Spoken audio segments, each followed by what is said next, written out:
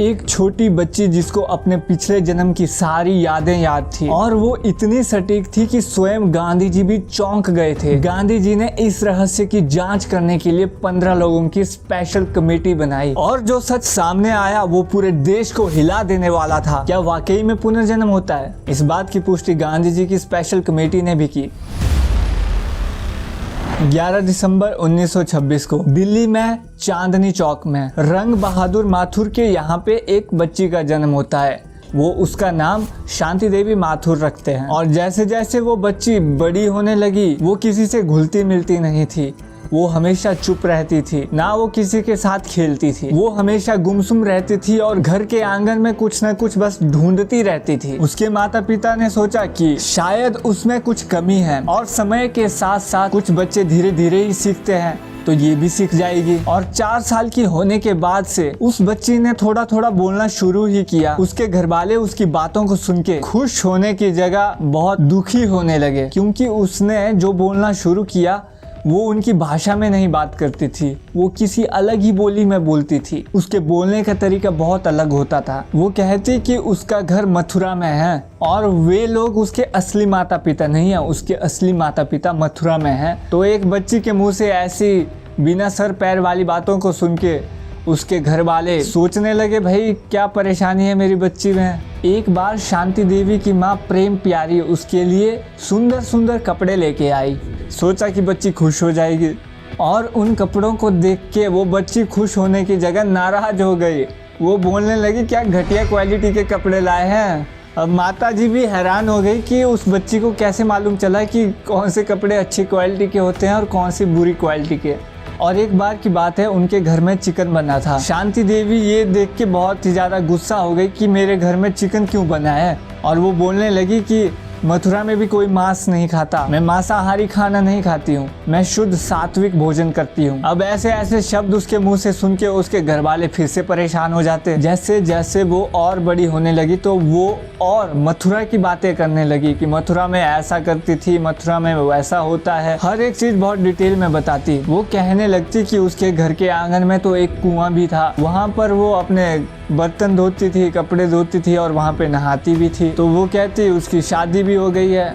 तो घर वालों ने पूछा कि तुम्हारी शादी जो हुई है, नाम तो बताओ, किससे हुई है तुम्हारी शादी। वो कहती कि मैं उनकी आज्ञा के बिना उनका नाम अपने मुंह से नहीं लूंगी, और वो शर्मा जाती किसी बड़ी औरत की तरह। तो घर वालों ने पूछा कि कुछ खूबियां ही बता दो अपने पति की, कैसा दिखता है। तो वो बहुत डिटेल में बताती कि उसका पति गोरा चिट्टा है, उसकी बड़ी बड़ी मूछें हैं, वो चश्मा पहनता है और उसके बाएं गाल में यानी कि लेफ्ट साइड में एक बड़ा सा मस्सा भी है। वो बोलती कि मुझे मथुरा ले चलो। घर वाले उसकी बातों को इग्नोर कर देते और कई बार तो वो खुद ही पैदल मथुरा की ओर बढ़ने लग जाती। लेकिन उसके घर के आसपास के रिश्तेदार उसको देख लेते और उसको पकड़ के वापस उसके घर में पहुंचा देते। तो उसके घर वाले उसकी इन हरकतों से बहुत परेशान हो गए थे। तो उन्होंने इस बात से निपटने का एक रास्ता सोचा। जब वो 6.5 साल की हो गई तो उसको उन्होंने स्कूल में भेज दिया कि चलो कम से कम स्कूल में बच्चों के बीच में आपस में घुल मिल जाएगी और ये बेतुकी बातें करना बंद कर देगी। लेकिन शांति देवी नहीं मानती, वो स्कूल में भी ऐसी ही बातें करती और अपने स्कूल के बच्चों का मजाक बन जाती। एक बार तो उसके स्कूल के बच्चों ने छुट्टी के बाद उसको घेर लिया था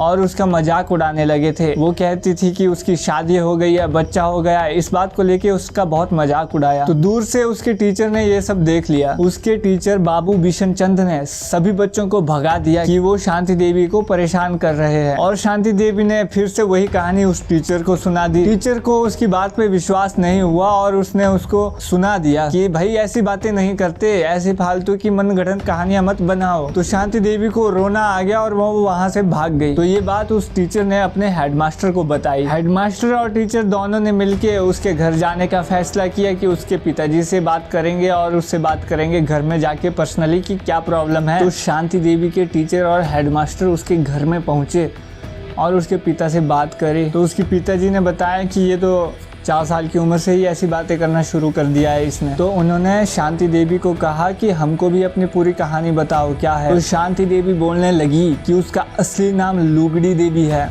तो उन्होंने पूछा कि तुम्हारे साथ क्या हुआ था, तुम्हारी मौत कैसे हुई पिछले जन्म में। तो शांति देवी कहने लगी हॉस्पिटल में बच्चे को जन्म देने के बाद उसको बहुत दर्द होने लगा और फिर चारों तरफ अंधेरा छा गया।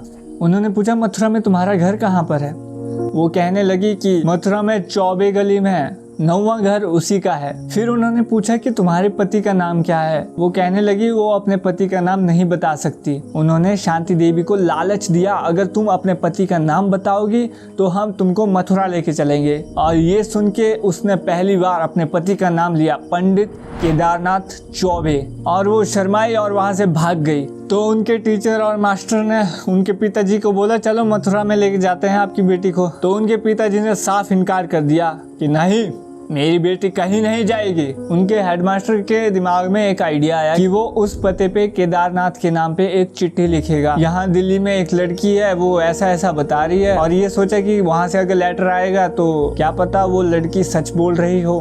तो 2-3 हफ्ते बाद वहाँ से लेटर आता है। तो कहानी को सही से समझने के लिए हम टाइम में पीछे जाते हैं। तो 18 जनवरी 1902 में मथुरा में चतुर्भुज चौबे के यहाँ पे एक लड़की का जन्म होता है। वो उसका नाम लुगड़ी देवी रखते हैं। तो वो काफी धार्मिक थी और पूजा पाठ करने वाली थी। उस जमाने में 10-12 साल की उम्र में बच्चों की शादियां हो जाती थी। तो 10 साल की उम्र में 1912 में लुगड़ी देवी की शादी हो जाती है केदारनाथ जी से। और लुगड़ी देवी केदारनाथ चौबे की दूसरी पत्नी थी। इससे पहले भी किसी कारणों की वजह से, किसी बीमारी की वजह से उसकी एक पत्नी की मृत्यु हो गई थी। और केदारनाथ एक बिजनेसमैन था और उसकी मथुरा में एक कपड़ों की दुकान थी।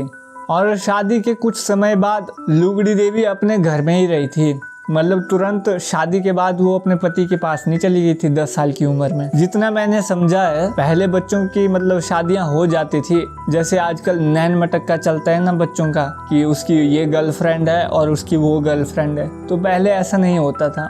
पहले उनका फिक्स कर दिया जाता था, जिससे कि जो लड़की है वो किसी दूसरे लड़के के साथ वो अट्रैक्ट नहीं होती थी एक हिसाब से। तो उसके दिमाग में पहले से ही पता था कि उसकी शादी हो गई है, अब उसको उसी के घर में रहना है। इसको मैं क्या बोलूँ, अब ये पॉजिटिव है कि नेगेटिव है ये आप ही समझो। और जब लुगड़ी देवी का गौना हुआ तो वो पहली बार केदारनाथ के नए घर में गई। और ये नया घर केदारनाथ ने अपने पुराने पुश्तैनी घर के पास ही में बनवाया था। और ये घर बहुत सुंदर और पीले रंग का था। और ये घर लुगड़ी देवी को बहुत पसंद आया था। 1924 में लुगड़ी देवी पहली बार प्रेग्नेंट हुई, लेकिन कुछ कारणों की वजह से उसका नॉर्मल डिलीवरी नहीं हुई, उसका सिजेरियन करना पड़ा और वो बच्चा मरा हुआ निकला। और 1-1.5 साल के बाद लुगड़ी देवी फिर से प्रेग्नेंट हो गई और दूसरी बार फिर से उसका सिजेरियन करने पड़ा। और 25 सितंबर 1925 को एक बेटे का जन्म हुआ। और बेटे को जन्म देने के 9 दिन के बाद उसकी मृत्यु हो गई। तो लुगड़ी देवी की ये कहानी थी। और अब टाइम में वापस आते हैं।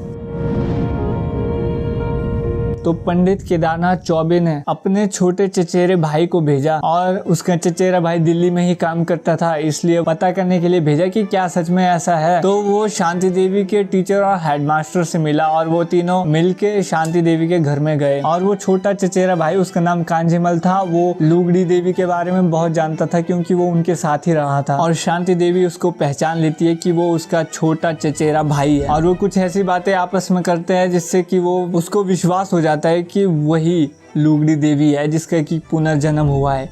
वो वापस से चिट्ठी लिखता है अपने भाई को कि हाँ भाई वो सही है मामला। तो केदारनाथ भी वहाँ से आता है, लेकिन वो एक ट्विस्ट के साथ आता है।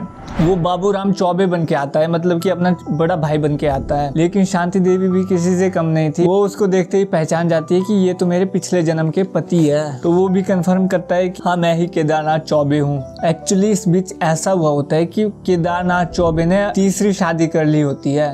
तो वो अपनी तीसरी पत्नी और छोटे बेटे के साथ आया होता है। शांति देवी उसकी तीसरी पत्नी को देख के नाराज हो जाती है क्योंकि उसने पहले ही वादा किया था कि वो तीसरी शादी नहीं करेगा। वो शांति देवी से कुछ पर्सनल सवाल पूछता है। तो उसने पूछा कि तुम्हें पिछले जन्म में आर्थराइटिस हुआ था जिसकी वजह से तुम्हें उठने और बैठने में बहुत तकलीफ होती थी। तो ये डिजीज होने के बाद भी तुम प्रेग्नेंट कैसे हुई? तो शांति देवी ने बताया कि आर्थराइटिस होने के बाद भी आप मेरे से जबरदस्ती संबंध बनाते थे और हम एक स्पेशल पोजीशन में संबंध बनाते थे। और जैसे ही केदारनाथ ने ये बात सुनी तो उसको कंफर्म हो गया कि हाँ वही उसके पिछले जन्म की पत्नी लुगड़ी देवी है। तो सबने ये कंफर्म कर लिया था कि शांति देवी ही लुगड़ी देवी देवी है। और ये खबर एक जंगल में लगी आग की तरह चारों तरफ फैल गई और ये खबर पूरे भारत में फैल गई थी। काफी मीडिया वालों ने इसको कवर भी किया और उस समय ये खबर गांधी जी तक पहुंच गई और ये खबर सुन के गांधी जी भी दंग रह गए थे। और इस बात को कंफर्म करने के लिए गांधी जी ने 2 लोगों को शांति देवी के घर में भेजा कि उसको मथुरा लेके जाएंगे और उसके साथ इंक्वायरी करेंगे,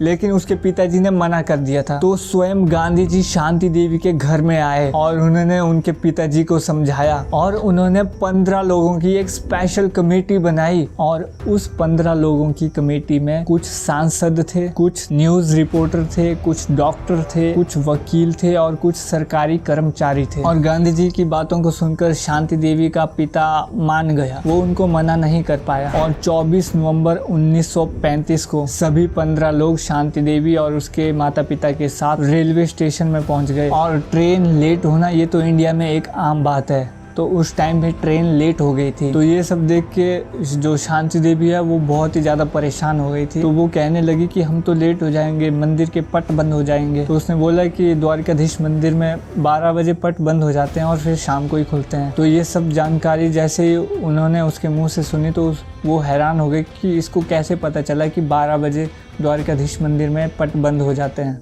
और जैसे ही वो मथुरा पहुंचे और वहाँ पर उस टाइम गाड़ियाँ बहुत कम होती थी, उस टाइम टांगे वाले होते थे, मतलब या तो बैल या फिर घोड़ा वो खींचते थे टांगा। तो सबसे आगे वाले टांगे वाले में शांति देवी को बिठाया गया और ये बोला गया कि आप ही इस टांगे वाले को रास्ता दिखाओ और बाकी के टांगे वाले इस सबसे आगे वाले टांगे वाले का ही पीछा करेंगे। तो शांति देवी ने टांगे वाले को हर एक रास्ता बताया मथुरा में कहाँ कहाँ से जाना है। और उसने ये भी बताया कि पहले ये बिल्डिंग यहाँ पे नहीं थी, अब ये नई बनी है, पहले क्या क्या चीज़ें थी और क्या क्या चीज़ें अब नई बनी है। ये सारी डिटेल शांति देवी ने बहुत डिटेल में बताई। और एक गली में पहुंच के उसने रोक दिया कि आगे हमें पैदल ही जाना पड़ेगा। तो शांति देवी ने कहा कि पहले वो उसके नए वाले घर में जाएंगे जहाँ पे कि वो अपने पति के साथ रहती थी। तो मथुरा स्टेशन से उसके घर तक का रास्ता शांति को पहले से मालूम था। अब कोई ये बोलेगा भाई क्या सबूत है, बच्चे इमेजिनेशन कर लेते हैं। तो मेरा आपसे ये क्वेश्चन है कि अगर शांति देवी ने इमेजिनेशन करी थी तो उसको हर एक चीज कैसे मालूम थी, उसने कैसे टांगे वाले को रास्ता दिखाया। और वो 15 लोग जो साथ में थे वो तो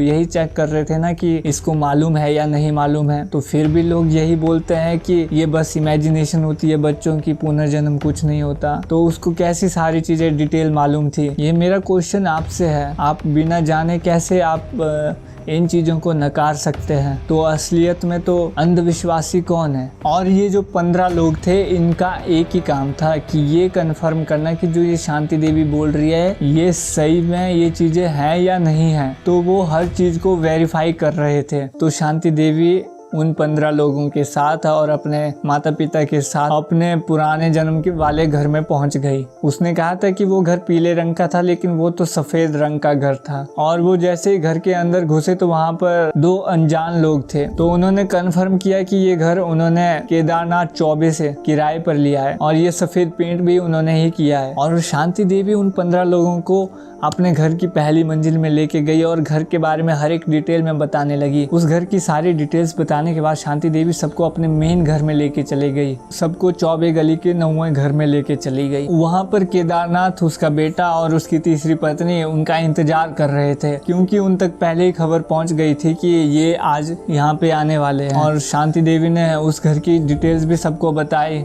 वो कहती थी कि उसके मेन घर में एक कुआं है जो कि वो अपने बचपन में भी ढूंढती थी जब वो 4 साल की थी। तो केदारनाथ ने सबको बताया कि ये कुआं इस पत्थर के नीचे है। तो उन्होंने पत्थर से कुएं को ढक दिया था क्योंकि वो कुआं दूषित हो गया था, इसलिए उन्होंने पत्थर से कुएं को ढक दिया था। केदारनाथ ने इस बात को कंफर्म किया कि हाँ ये वही कुआं है। अपने कमरे के कोने में एक गमले को हटा के वहाँ पे बताती कि उसने 150 रुपए छुपा के रखे हुए थे, लेकिन वो 150 रुपए वहाँ पे शांति देवी को नहीं मिले।